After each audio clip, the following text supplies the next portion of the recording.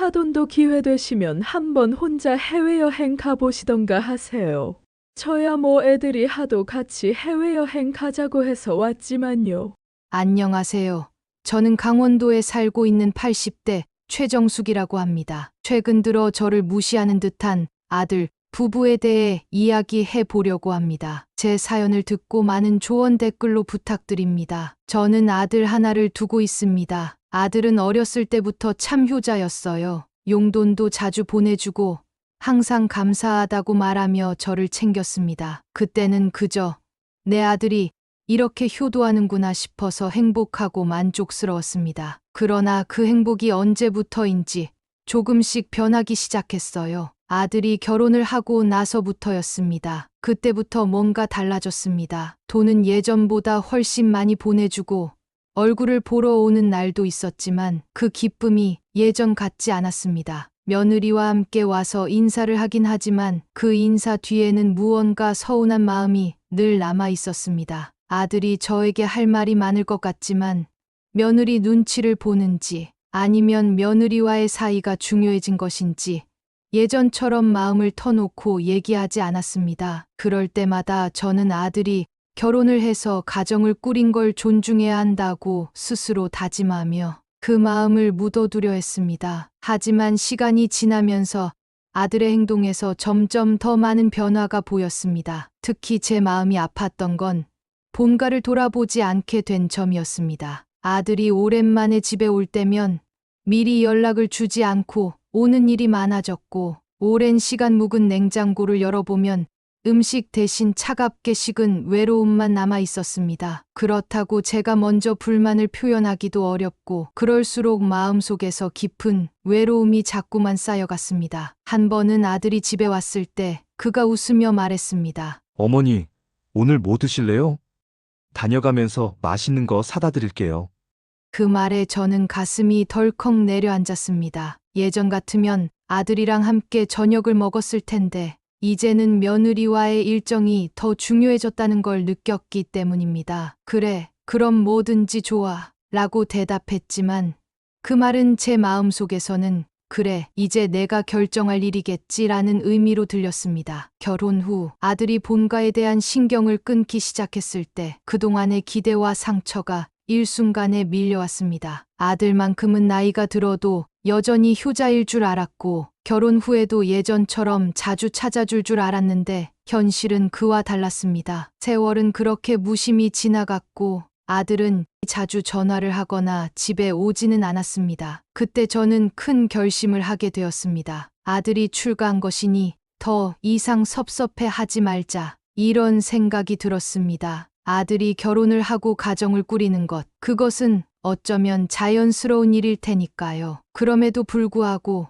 시어머니로서, 아니 어머니로서 느끼는 이 외로움은 어쩔 수 없었어요. 그저 그 외로움을 덮어두고 아들이 가정에 충실할 수 있도록 뒤에서 응원만 하기로 했습니다. 그래도 마음속에는 여전히 그 아들의 모습이 있었기에 그 아들이 결혼하기 전처럼 본가에 자주 찾아와 주었으면 하는 바람이 있었습니다. 그러나 그 바람도 이제는 그만 내려놓기로 했습니다. 아들이 행복하다는 걸 믿기로 했습니다. 며느리와 함께 살아가는 그들의 삶이 평화롭고 또 즐겁게 지내길 바랄 뿐이었습니다. 그러나 아들에게 정말 속상함을 느낀 건 반찬으로 인해 시작된 갈등이었어요. 아들이 결혼하기 전에는 제가 만든 반찬이라면 뭐든지 좋아했어요. 특히 콩나물 무침을 참 좋아했었고 집에 올 때마다 꼭 싸가려고 했죠. 그때마다 저는 기쁜 마음으로 한가득 싸서 보내줬습니다. 제가 직접 키운 콩나물로 만든 반찬이었고 아들이 그걸 먹고 건강해지기를 바라는 마음에서였어요. 하지만 결혼 후부터 그 반찬에 대한 아들의 반응이 달라졌습니다. 처음엔 콩나물 무침을 준비했을 때 아들이 그걸 좋아할 거라고 믿고 또 싸서 주었죠. 아들이 와서 손에 들고 가려는데 며느리가 갑자기 불쑥 끼어들더니 요즘 누가 그런 거 직접 만드냐? 다 알아서 저희 먹고 살아요. 걱정 마세요. 저는 그 말을 듣고 당황했지만 여전히 아들에게 이건 내가 직접 재배하고 키운 콩나물이니까 가져가면 좋겠다고 말했죠. 그런데 아들은 무겁겠다, 짐이 될 것 같아서 괜찮아.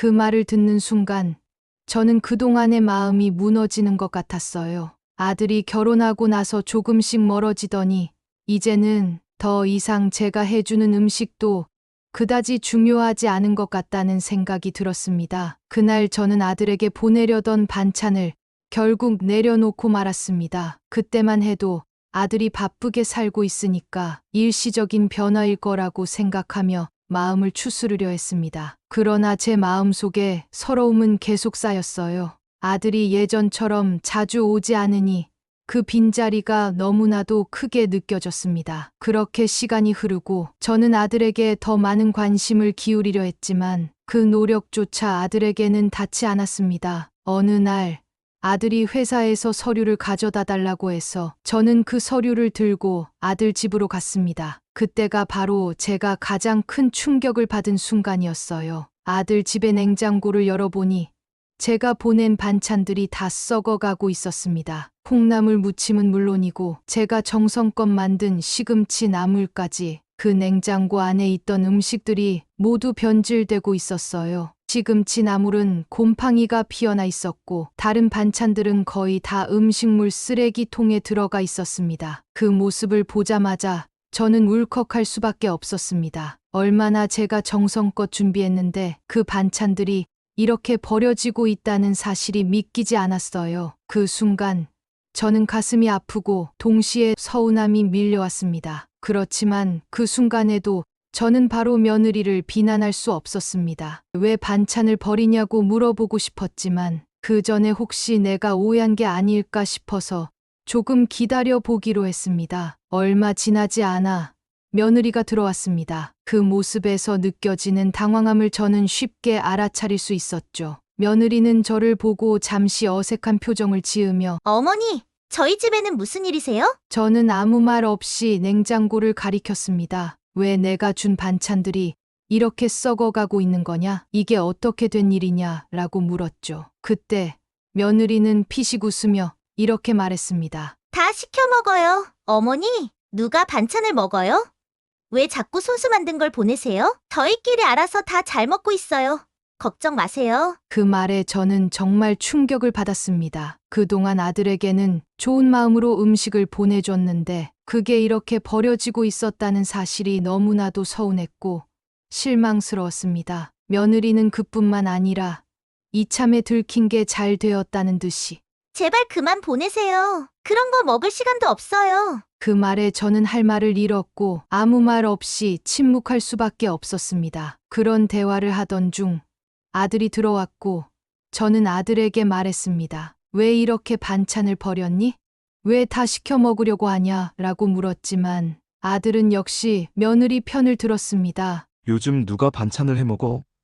우리 둘 다 피곤해서 반찬 따로 빼서 먹을 시간도 없어. 그 말에 저는 정말 마음이 찢어지는 것 같았습니다. 아들이 저를 전혀 이해하지 못하는 게 너무 아팠고 그동안 내가 아들에게 기대했던 만큼의 사랑을 받을 수 없다는 사실을 깨닫게 되었습니다. 저는 아무 말도 하지 못한 채 집으로 돌아왔습니다. 그날 이후로 저는 아들에게 연락을 하지 않았습니다. 아들 집에 갈 수도 없게 되었고 그 후에는 더 이상 아들과 연락을 주고받지 않게 되었습니다. 어느 날 한 이웃에게 들은 이야기인데 며느리가 아들에게 말해서 현관 비밀번호까지 바꿔버렸다는 겁니다. 그 이야기를 듣고 저는 더 이상 그 집에 갈 수 없다는 걸 확실히 깨달았죠. 아들 집에 방문할 수 없게 된 저는 점점 더 고립감을 느끼며 외로워졌습니다. 이제는 제 손으로 그들을 지키고 싶었던 마음이 점점 더 아프게 다가왔습니다. 저는 아들과 며느리의 관계를 결코 포기할 수 없었습니다. 가족은 결국 서로를 위해 존재하는 사람들이니까요. 아들 부부가 결혼을 하고 저는 그들의 삶에 어떻게든 간섭하지 않으려고 노력했습니다. 그럼에도 불구하고 나는 나름대로 그들을 배려하며 관계를 지키기 위해 많은 노력을 했습니다. 제사나 명절에도 항상 며느리가 불편하지 않도록 배려했죠. 명절에 꼭 오지 않아도 된다. 친정 먼저 다녀오고 와도 괜찮다며 그들에게 부담을 주지 않으려 했습니다. 저는 그들이 서로 행복할 수 있도록 돕고 싶었고 그들이 편안하게 살아갈 수 있도록 배려하는 게 중요하다고 생각했습니다. 그렇게 한다면 우리 가족 모두가 행복할 것이라고 믿었어요. 그런데 설날 아들 부부가 가져온 선물이 햄 한 세트뿐이었습니다. 처음에는 조금 당황했지만 이건 아내가 직접 고른 거야. 라고 말하니 분위기를 깨고 싶지 않아 고마운 척하며 받았습니다. 사실 저는 조금 더 정성스러운 선물을 기대했었거든요. 제 마음속에서는 햄 한 세트로는 서운한 느낌이 들었습니다. 그러면서 며느리가 이렇게 말했죠. 이번에는 친정에 용돈을 많이 보내느라 돈이 남지 않아서 이거라도 받아주세요. 아쉬운 마음을 표현하는 며느리의 모습을 보며 저는 더 이상 말을 할 수 없었습니다. 아, 그래, 돈이 부족하다고 하니 어쩔 수 없겠지 하며 마음을 다잡았죠. 하지만 그날 며느리가 또 하나의 얘기를 꺼냈습니다. 사돈이 아파서 친정에 가야 한다고 말이죠. 저는 그 말을 듣고 정말 깜짝 놀랐습니다. 친정은 제주도잖니? 그 긴 거리를 다시 어떻게 돌아가냐?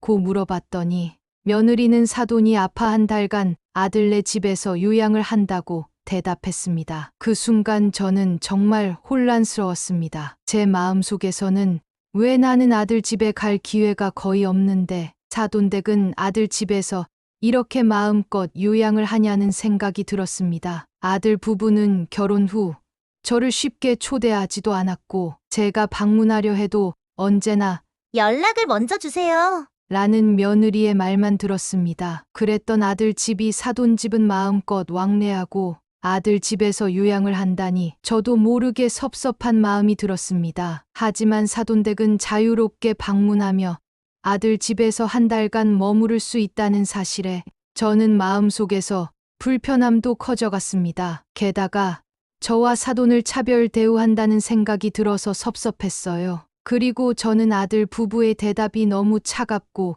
기계적이라 생각하며 점점 마음이 상했습니다. 하지만 저는 그래도 며느리가 부모님이 아프다는 사정을 들었으니 이해하려고 했습니다. 그래서 마음을 다잡고 며느리에게 꿀과 강정 그리고 제사 음식을 싸서 보냈습니다. 이는 며느리 부모님이 아픈 상황에서 정말 필요한 것이라고 생각해서 보내주는 것이 옳다고 판단했기 때문입니다. 그렇게 아들 부부를 보내고 나서 저는 여전히 복잡한 감정을 떨칠 수 없었습니다. 며느리에게 나름 배려했다고 생각했지만 마음속에서는 여전히 그들의 태도와 행동에 섭섭함을 느꼈습니다. 결국 며느리가 부모님에게 더 많은 시간을 보내는 상황에서 제 자신은 아들 집에 가는 것도 어려운 상황이었으니까요. 왜 나는 이렇게 외롭게 살아야 하는가? 라는 생각이 들었고 속에서 화가 치밀었습니다. 며느리도 분명 부모님이 아프다고 해서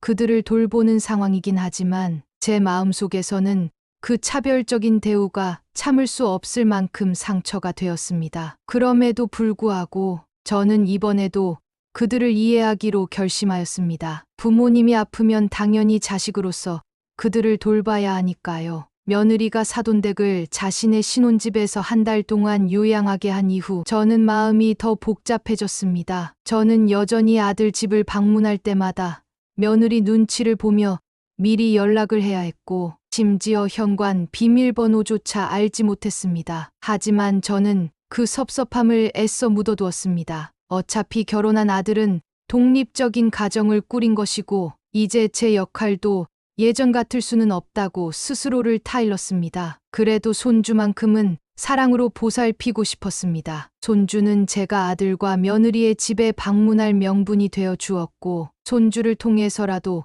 가족이라는 느낌을 유지하고 싶었습니다. 그런데 얼마 지나지 않아 며느리에게서 뜻밖의 연락이 왔습니다. 어머님, 저희가 급한 일이 있어서 며칠만 아이 좀 맡아주실 수 있을까요? 며느리는 공손한 말투였지만 저에게 아이를 맡기는 것이 이미 결정된 것처럼 이야기했습니다. 저는 당연히 손주를 돌볼 수 있다고 생각했기에 흔쾌히 수락했습니다. 무슨 급한 일인데 그러니? 그러나 며느리는 대답을 머뭇거렸습니다. 그냥 중요한 볼일이 좀 있어서요. 어머님께 부탁드릴 수밖에 없네요. 그 순간 저는 왠지 모를 불안함을 느꼈습니다. 며느리는 평소에 제게 손주를 맡기는 것을 부담스러워했었습니다. 그런데 이번에는 사정 설명도 없이 급하게 맡기겠다고 하니 뭔가 이상했습니다. 하지만 굳이 더 묻지는 않았습니다. 저는 손주를 돌보는 것이 마냥 행복했으니까요. 그렇게 며느리와 아들은 바쁜 일정을 이유로 집을 비웠고 저는 손주를 돌보게 되었습니다. 그런데 손주의 짐을 정리하던 중 가방 안에서 이상한 것을 발견했습니다. 바로 해외여행 책자였습니다. 저는 무언가 수상함을 느끼고 바로 아들에게 전화하였습니다. 제발 아니길 바라면서요. 아들, 너희 지금 어디야? 아들은 잠시 뜸을 들이더니 말했습니다. 엄마, 지금 바빠서 나중에 연락할게. 저는 그때 무언가 잘못되었음을 알게 되었습니다. 이러한 제 의심은 우연히 본 며느리의 메신저 프로필 사진을 보게 된 순간 설마 한 제 생각이 맞았다는 것을 알게 되었습니다. 그 순간 가슴이 덜컥 내려앉았습니다. 해외의 한 명소에서 찍은 모습이 있었습니다. 처음에는 잘못 본 것이 아닐까 싶어 다시 확인했지만 분명히 둘은 여행을 즐기고 있는 모습이었습니다. 급한 일이라며 손주를 맡기고 갔다고 하지 않았습니까? 그런데 해외여행이라니요? 순간 온몸이 굳어버렸습니다. 게다가 설마 하는 마음에 며느리의 메신저 상태 메시지를 확인했는데 거기에는 여유로운 휴식, 행복한 시간이라는 문구와 함께 이국적인 풍경 사진이 올라와 있었습니다. 순간 머릿속이 하얘졌습니다. 아들과 며느리는 저를 속이고 단순한 여행이 아니라 한껏 여유를 즐기고 있었던 것입니다. 배신감과 분노가 차오르는 와중에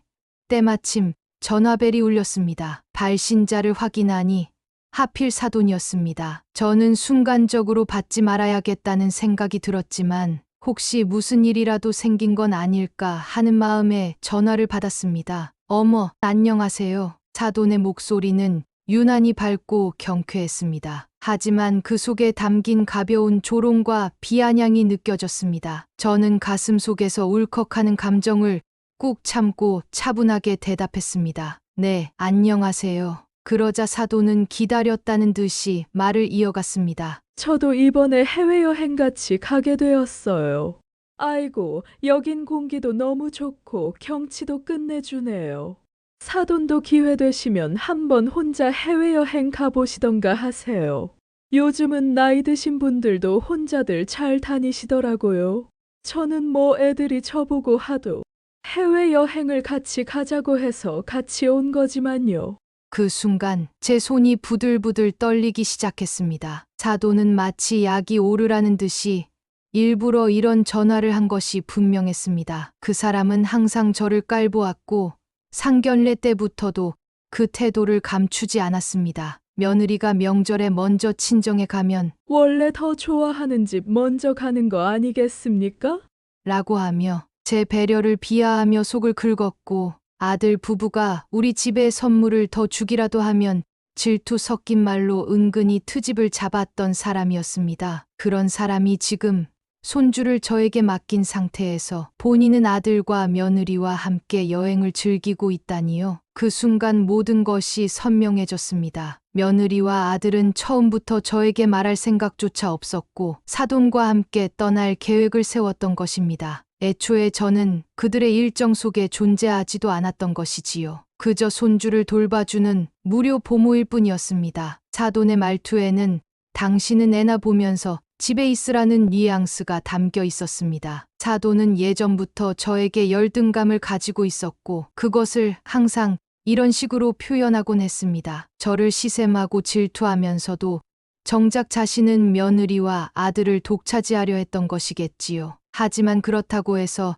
저를 이렇게까지 무시해도 되는 것입니까? 그 순간 사돈의 웃음소리가 들렸습니다. 저는 손에 힘을 주고 최대한 감정을 누르며 대답했습니다. 즐겁게 다녀오세요. 그리고 바로 전화를 끊었습니다. 휴대전화를 내려놓는 순간 뜨거운 분노가 속에서부터 끓어올랐습니다. 이제는 더 이상 참을 수 없었습니다. 저는 이 순간을 잊지 않을 것입니다. 그리고 더 이상 예전처럼 참고만 있는 삶을 살지 않기로 결심했습니다. 아들 부부가 돌아온 날 저는 속으로 다짐했습니다. 이번에는 그냥 넘어가지 않겠다고요. 그들은 마치 아무 일도 없었다는 듯 문을 열고 들어왔습니다. 아들은 그래도 미안한 척이라도 하며 말했습니다. 엄마, 다음에는 엄마도 꼭 같이 가자.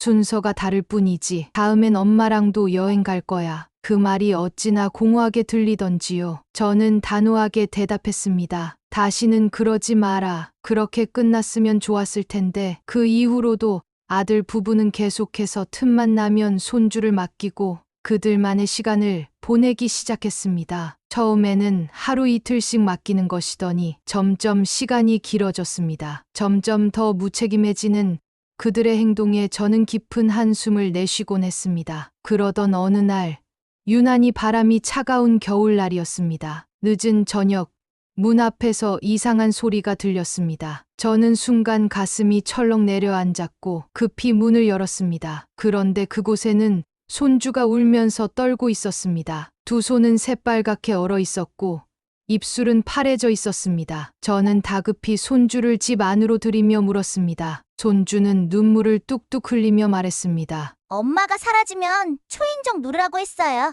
근데 키가 안 닿아요. 아이는 초인종을 누르지 못한 채 1시간 가까이 추운 겨울바람 속에서 서 있었던 것입니다. 대체 이 아이를 문 앞에 두고 떠난 그들은 무슨 생각이었을까요? 저는 손주의 차가운 손을 꼭 잡으며 속으로 분노를 사겼습니다. 그날 밤 새벽 2시가 넘어서야 저는 분노를 억누르며 문을 열었습니다. 아들은 피곤한 얼굴로 말했습니다. 엄마, 늦어서 죄송해요. 좀 일이 있어서요. 그 말에 저는 더 이상 참을 수가 없었습니다. 일이 있어서. 그럼 아이는 문 앞에서 1시간 넘게 떨고 있었다. 초인종도 못 누르고 엄마를 기다리면서 울고 있었단 말이다. 아들과 며느리는 당황한 기색을 보였지만 그들의 태도는 여전히 가벼웠습니다. 아, 그랬나요? 어머니 다음부터는 조심할게요. 그 순간 저는 결심했습니다. 이제는 더 이상 이들에게 흔들리지 않겠다고. 저는 깊은 숨을 들이마신 뒤 단호하게 말했습니다. 다음부터 안 그러겠다고? 참나. 걱정 말아라. 다음은 없을 터이니. 그리고 다음부터는 애도 밖에 내놓지 마라. 나는 이제 그 잘난 사돈이 말한 것처럼 혼자 해외여행도 다니고 내 삶을 살란다. 내가 이렇게까지 이야기해야만 알아듣겠느냐? 아들 부부는 당황한 기색이 역력했습니다. 아들은 황급히 엄마 잘못했어요. 다시는 이런 일 없을 거예요. 정말이에요. 라며 애원하듯 말했지만 제 속에 쌓인 울분과 분노는 이미 터져 나오고 있었습니다. 아니, 다음은 없다고 분명히 얘기했다. 아들아, 내가 너를 키우며 단 한 번이라도 누군가의 손에 맡긴 적이 있느냐? 나는 너를 애지중지하며 키웠다. 내가 먹지 못하고 자지 못하고 내 몸 하나 돌보지 못해도 내가 편히 자고 배불리 먹고 좋은 옷 입도록 했다. 그런데 너는 왜 내 자식을 그렇게 내팽개치느냐? 좋은 자식이 못 되어도 좋은 애비는 되어야 하지 않겠니? 내 자식에게도 최소한의 책임은 져야 하지 않겠느냐? 아들은 아무 말도 하지 못한 채 눈을 피했습니다. 며느리는 뭔가 변명하려다 제 눈빛을 보고 입을 다물었습니다. 저는 한숨을 크게 내쉬며 말을 이었습니다. 내 자식이 왜 지 자식은 끔찍이 사랑하지 않는다는 짐승만도 못한 행동을 하는 거냐. 짐승도 제 새끼는 품어 키운다. 그런데 너희는 뭐냐? 내 자식을 추운 밤문 앞에 세워두고 그 아이가 울부짖고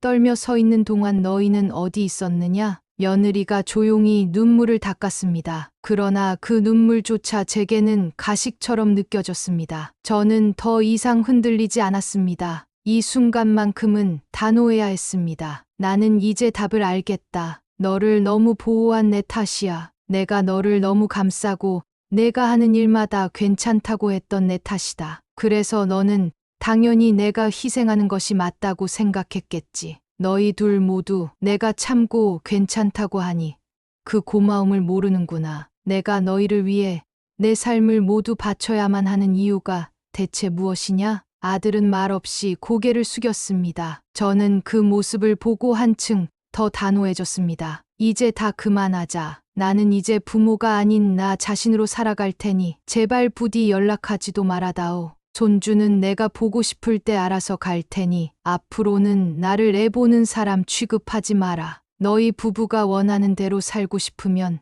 내 자식도 내가 책임져라. 부모가 된다는 것은 그런 것이야. 제 말이 끝나자 집 안은 숨소리조차 들릴 만큼 고요해졌습니다. 아들 부부는 아무 말 없이 서 있다가 결국 고개를 숙이고 문 밖으로 나갔습니다. 문이 닫히는 소리가 들렸지만 저는 더 이상 그들을 붙잡지도 않았습니다. 손주를 보지 못하는 것은 가슴이 미어지게도 슬펐습니다. 하지만 손주를 위해서, 그리고 아들이 제대로 된 부모가 되기 위해서는 반드시 벌어졌어야만 하는 일이라고 생각했습니다. 다짐했습니다. 여전히 마음속에서는 복잡한 감정들이 소용돌이쳤습니다. 그러나 제 손주에게 무슨 죄가 있겠습니까? 부모에게 버려지다시피 한 채 한겨울에 덜덜 떨면서 문 앞에 서 있던 손주의 모습을 떠올리니 다시 가슴이 찢어지는 듯했습니다. 하지만 그렇다고 해서 제가 언제까지고